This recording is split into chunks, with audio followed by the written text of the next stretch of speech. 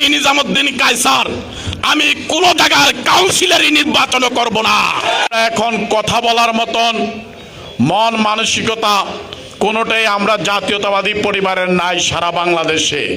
কারণ আমরা সুখের মধ্যে আছি, যাকে নিয়ে আমরা এই দীর্ঘ 17টি বৎসর যিনি আমাদেরকে আন্দোলনের নেতৃত্ব দিয়েছিলেন, আমাদের প্রিয় নেত্রী পরকালে চলে গিয়েছেন, যার কারণে আমরা শোকাহত সারা বাংলাদেশের জাতীয়তাবাদী শক্তি। আর এই কুমিল্লা সদরের মানুষ আমরা শোকাহত দুইটি কারণে।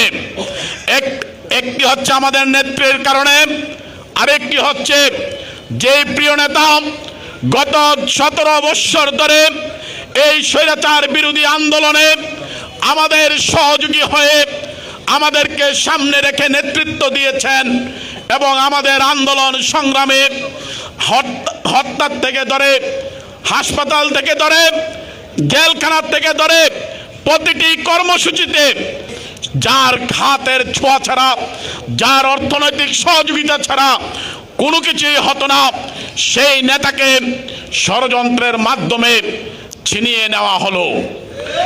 আমি 2022 সালে নির্বাচন করেছিলাম, সেটা রাজনৈতিক প্রেক্ষাপট ছিল অন্য, সেটা দলের পলিসির কারণে আমি নির্বাচন করেছিলাম।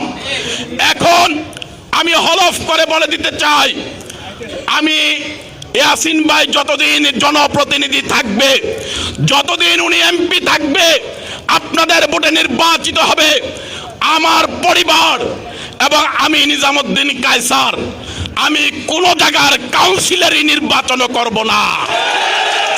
দল এবং আপনারা যাকে সিদ্ধান্ত নেবেন তার সাথে থেকে তাকেই আমি পাশ করিয়ে নিয়ে আসবো ইনশাল্লাহ।